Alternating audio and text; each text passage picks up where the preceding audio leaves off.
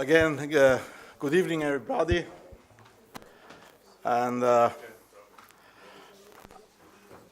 it has been a long day of discussions, questions and answers, but seems to be very fruitful and interesting day.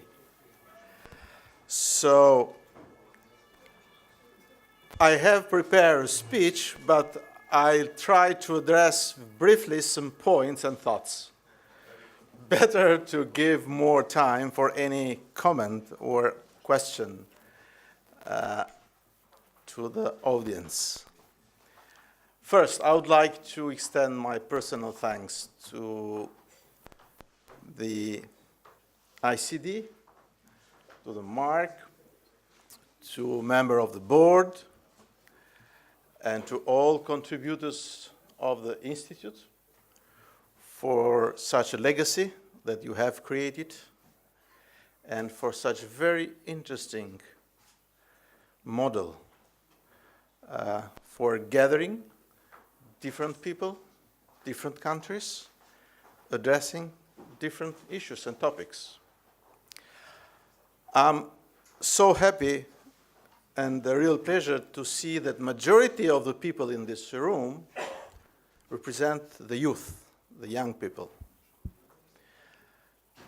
And I mention that because nowadays we are hearing often and often across the Europe corners that we are facing a lack of hope, which I'm not to agree, because I deeply believe if we have the youth, we have hope.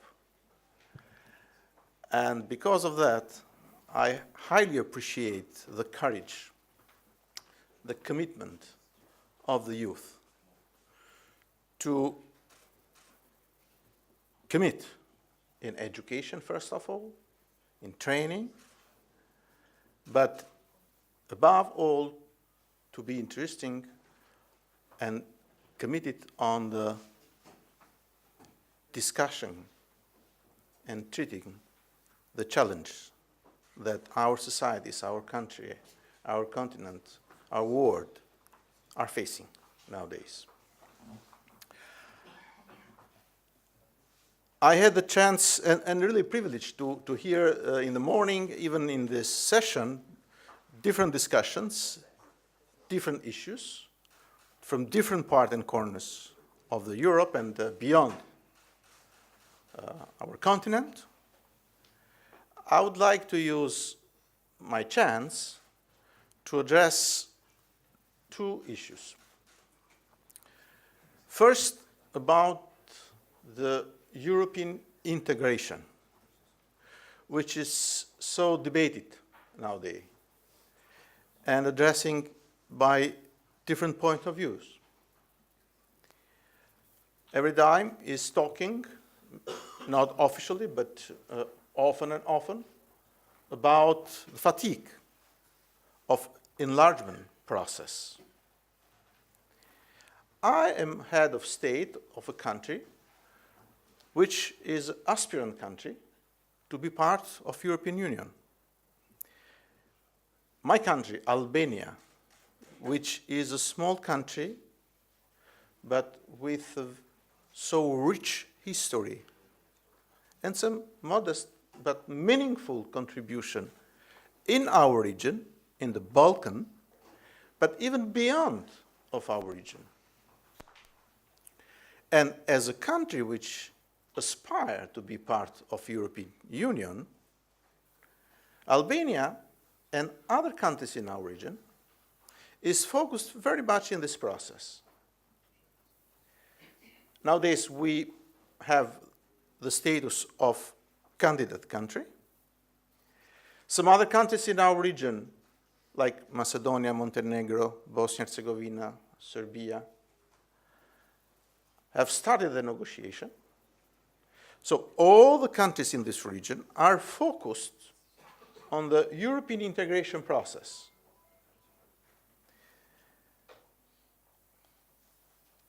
I would like to share with you, first, the support and idea of majority of people in my country which strongly support the European integration process.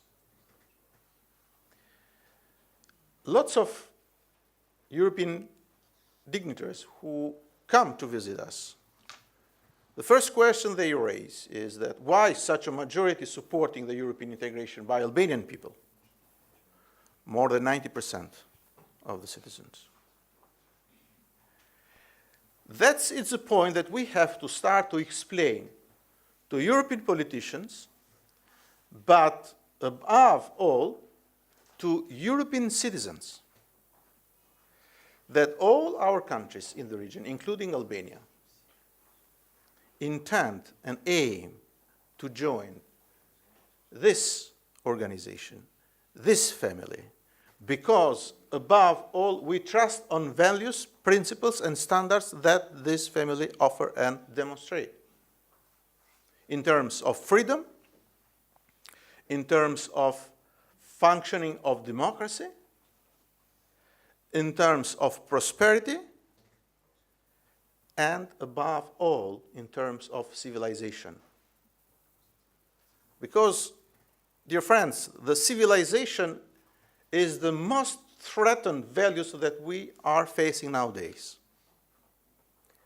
And we have to work hard for preserving our achievements dealing with civilization. And civilization is threatened by different means, not just only by horrible and terrorist acts by a terrorist organization, by different means. Even through the discouraging people for being together, for facing common way challenges that we are facing nowadays. And we have to convince, as aspirant countries, politicians, the Brussels, the member state, but above all, the simple citizens of EU member states, that we might be contributor within this family, not just consumer. And it's a very important point. And that's might be and might realized and might achieved through the communication. And the culture communication, culture dialogue, is the easier tool to understand how those countries and societies which aspire to be part of this family might be contributor in terms of security, in terms of economy, in terms of culture, and in terms of civilization. Because nowadays, we all know the realities in our country, in our society, but even around us.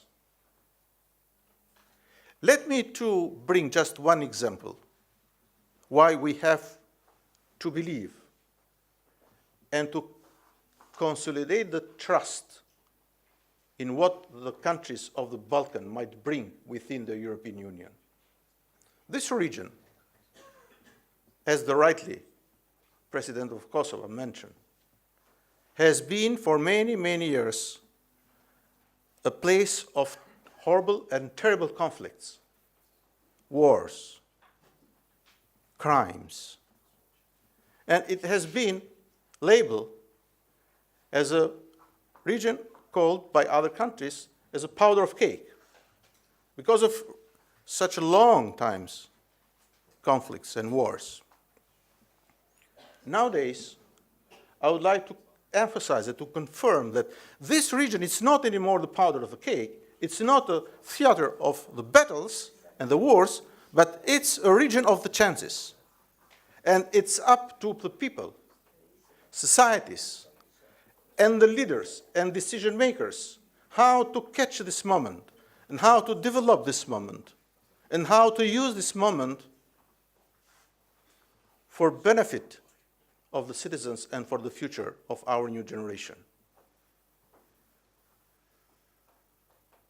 There are a number of initiatives, regional initiatives. Brdo-Briuni process, which is focused on the Croatia and Slovenia contribution.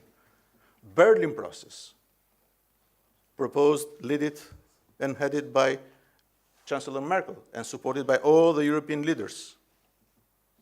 And all those initiatives bring the leader of the region, who represent, of course, the societies and their own people, together. Within the time in office, I have met more than 10 times all the heads of states of this region, which cannot imagine 10 years ago. And meeting each other more than 10 times within 3 or 4 years, we just know better each other, but in the same time, we demonstrated and represented and delivered the culture and the model which inspire us as leaders by our societies, by our people. And after that, it's up to the leaders to address the messages and to deliver the appropriate messages to the citizens, to the societies that they represent, with courage, and being convinced that might have some political costs, but because we are there to serve, and through serving, you have to prepare to pay some cost. And in this time, just the political cost. That's the democracy. That's the best mechanism that we have. We are aware about lots of difficulties and challenges that the European Union, citizens within the European Union member states are facing nowadays. But the future, it's a destiny of the common behavior, a common commitment. History taught us about that. And nobody can ignore the history. And nobody can delete the history. But we have to reflect based on history in terms to adapt ourselves, our societies, our behaviors, our decisions, our messages with the real time that we live in nowadays. Because, of course, any country and any society possess a rich history. But we have to think how we can overcome in a successful way all kinds of challenges that we are facing nowadays, not just in our region, because we are facing that we have the common challenges. In our region, beyond our continent, and the world seems to be like a small countryside, if we talk about the challenges. If we talk about the wills and aims of citizens, simple citizens. Another issue which I would like to bring through an example, it's about the real possibility to exercise respect. Respect for the others. Respect for the others through the respecting ourselves. Respect through coexistence and harmony and good understanding among us. Nowadays we are facing with such a horrible things, horrible terrorist acts, which raised and represent based on hate because of the religions, extremism of the religions. But we have to demonstrate, in one hand, the common action, strong common action against terrorist and terrorism acts. On the other hand, in parallel way, we have to present to our societies the models, the positive models of respecting each other. If we will talk about the culture, and the part of the culture is the religion, and it's a very rich part of the culture, the religion and the faith. Albania is a country in which for 45 years, since after the Second World War, till the 1990s, the religion was stopped and not allowed, prohibited by law. It was the only country in the world declared himself as an atheist country by law, which is unbelievable, because nobody can stop the faith inside the human being. But it was a terrible time, because the communist regime executed hundreds of clerics by all kinds of religion groups, by Muslims, by Orthodox, by Catholics, destroy churches, destroy mosques, destroy everything. But they didn't achieve to destroy the inspiration and the faith inside the people. And nowadays, we have different communities who live in a full harmony with each other. I'm proud that during his visit 2 years ago in Albania, the Holy Father, the Pope Francis, delivered the messages to entire world how important it is to see in the examples when the people live in harmony with each other. Doesn't matter in which nationality, race, or faith they belong to. This year was very lucky for us in terms of image and providing our culture and legacy. Because we had Mother Teresa, she was Albanian, to be a saint, Saint Teresa of Calcutta. She served to the poorest of the poor, to all the people in need. And it's an example for the entire world. So we have lots of good examples. Successful stories, we have the failure. We discussed today for horrible things that we are seeing in Syria, in Aleppo, but in other places of the world. Situation in Ukraine, situation in other places, when the hate is again raised against each other. But I do believe that the majority of the people everywhere love to live in peace and love to enjoy the life. And we have to tell the truth to the young people. And we have to encourage them that the optimism is true. And optimism might be achieved through our commitments, through our examples, through our will. Never challenges will disappear. They will be in front of us anytime, everywhere. But the human being is the most valued actor and factor in this world. And we need that the people to exercise, to explore their intellectual capacities, their will, their desire, and their decision, and they act. But everybody has to be prepared, especially the politicians, as I said, to pay the cost, the political cost. Because through such kind of sacrifices, we will contribute more for the future of our new generation. And we profited by the other generations who born us and raised up us. So, I do believe on optimism, I do believe on possibilities, I do believe on opportunities.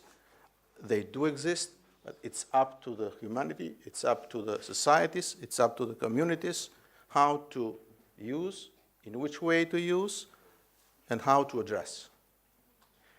So I mentioned just two issues dealing with two main ideas and commitments that my country and the region which my country is are focused on. So I do not like to take more time because again, we politicians, when we take the floor, we forget to end the speeches. But for me, it's a real pleasure. Mark, thank you very much for offering me possibility to be today in such interesting environment, an excellent opportunity for me to bring some views from my country and to hear and to share some ideas. And if there is any comment or question, it's very much welcome. And please, just believe that there is no stupid question. Any question is right.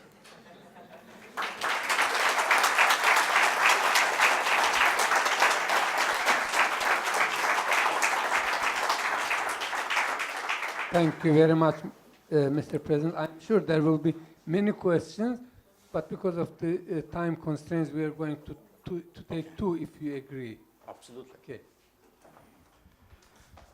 Thank you very much, Your Excellency, Mr. President. I enjoy your talk. Your contribution you are ready to give to the Europe you have given us tonight, in this institute, this fine institution. Thank you for your optimism, your evaluation of religion, saying it in so proper way that it is not possible to remove it from the soul of the people. My question is the following. Since you have a very bad system of communism, since Europe has condemned the totalitarianism of the communist regime in Eastern South Europe, and they passed the famous, now very well known, resolution 1481 on lustration. Did you pass it in your country since Enver Hoxha left very bad situation and had supporters? Did you get rid of it somehow? Did you pass the law? Thank you very much for your question. Just to mention for the audience that Albania for roughly 5 decades suffered the harshest dictatorship regime, communist regime. Everything was forbidden. Nobody had the courage to think that might come to Berlin because he would be treated as a traitor of the country. Just thinking about that. Thousands of people have been sent in jail. Thousands of people still have not a grave. Months ago, the Pope Francis baptized 38 clerics because they were executed only because they spoke about the religion and the Jesus Christ and the country. So it has been terrible. One, and of course, after the 90s, when the Berlin Wall collapsed and communism collapsed, Albanian profited and entered in a quite different, new area, new path. Even nowadays, when the people come to Albania for the first time from abroad, their first reaction is, wow, we thought quite different thing about this country, but it's a normal country, it's a European country, with a seaside, with mountains, lake, rivers, happy people, especially very good food. It's, but we have not to forget about the past. Not for revenge,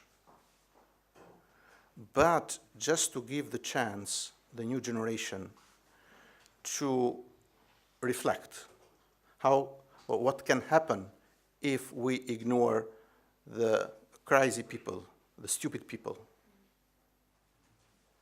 and the isolation, and the separation. Council of Europe approved 2 resolutions, 1996 and 2006, about the communism.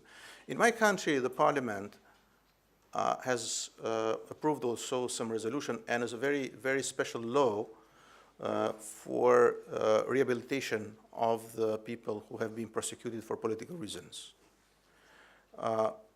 It was designed a lustration law, but because of such discussions and tendencies to forget the past, the law was not passed by the Constitutional Court.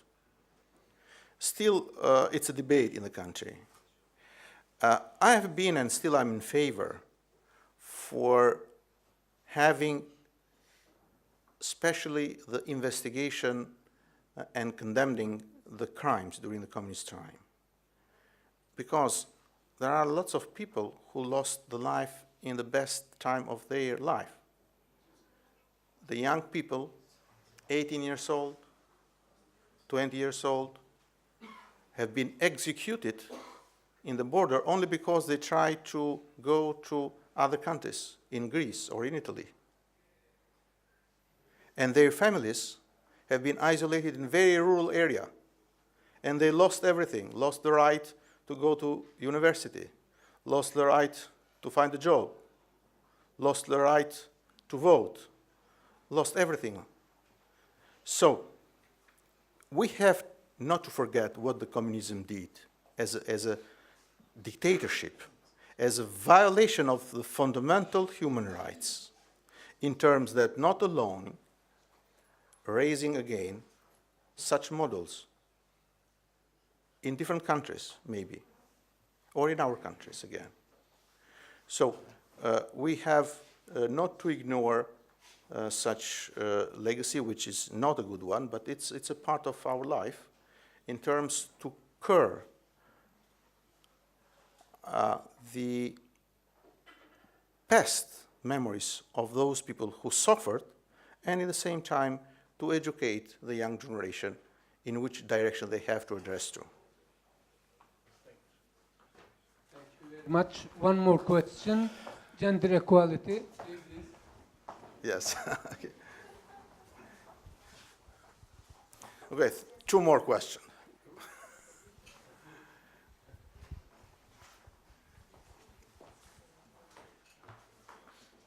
So